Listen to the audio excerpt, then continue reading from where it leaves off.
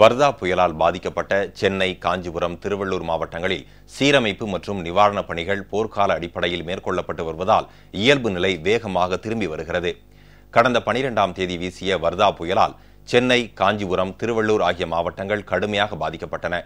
புயலால் சேதமடைந்த மின்கம்பங்களை சீரமைத்தல், சாலைகளில் முறிந்து விழுந்த மரங்களை அப்புறப்படுத்துதல், சுகாதாரமான குடிநீர் வழங்குதல் போன்ற பணிகள் முழுவீச்சில் மேற்கொள்ளப்பட்டு வருவதால் பெரும்பாலான இடங்களில் இயல்பு நிலை திரும்பியுள்ளது. எஞ்சிய பகுதிகளிலும் சீரமைப்பு பணிகள் போர்க்கால அடிப்படையில் நடைபெற்று வருகின்றன. திருவள்ளூர் மாவட்டம் பொன்னேரியை அடுத்த மல்லியன் குப்பத்தில் நடைபெற்ற மருத்துவ முகாம் மற்றும் கால்நடை மருத்துவ முகாமில் பொதுமக்கள் பயன்படுத்தும் குடிநீரில் குளோரின் அளவு பரிசோதிக்கப்படும் பணி, நோய்கள் பரவாமல் தடுக்க கொசு மருந்து தெளித்தல் உள்ளிட்ட பணிகளை அமைச்சர் டாக்டர் சி. விஜயபாஸ்கர் பார்வையிட்டார். மேலும் கால்நடைகளுக்கு தாது உப்புக்கள் கலவை பொட்டலங்களையும் அவர் வழங்கினார். பின்னர் செய்தியாளர்களிடம் பேசிய அமைச்சர் டாக்டர் சி. விஜயபாஸ்கர், சென்னை, திருவள்ளூர், காஞ்சிபுரம் ஆகிய மாவட்டங்களில் நடைபெற்று வரும் மருத்துவ முகாம்கள் மூலம் பொதுமக்கள் பலரும் பயனடைந்து வருவதாக தெரிவித்தார். புயல் நிவாரணப் பணிகள் போர்க்கால அடிப்படையில் வேகமாக நடைபெற்று வருகின்றன.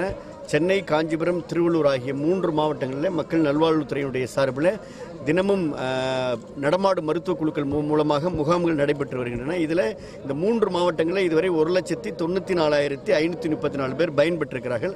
பொன்னேரி தொகுதிக்குட்பட்ட PM கண்டிகை, மீஞ்சூர், வெள்ளக்குளம் உள்ளிட்ட பகுதிகளில் வர்தா புயலால் பாதிக்கப்பட்ட மின் கம்பங்களை அகற்றி புதிய கம்பங்களை அமைத்து மின் இணைப்பு வழங்கும் பணி உள்ளிட்ட சீரமைப்பு பணிகளை அமைச்சர் திரு ஆர். காமராஜ் பார்வையிட்டார். நிவாரணப் பணிகளை விரைந்து முடிக்க அதிகாரிகளுக்கு அமைச்சர் அறிவுறுத்தினார்.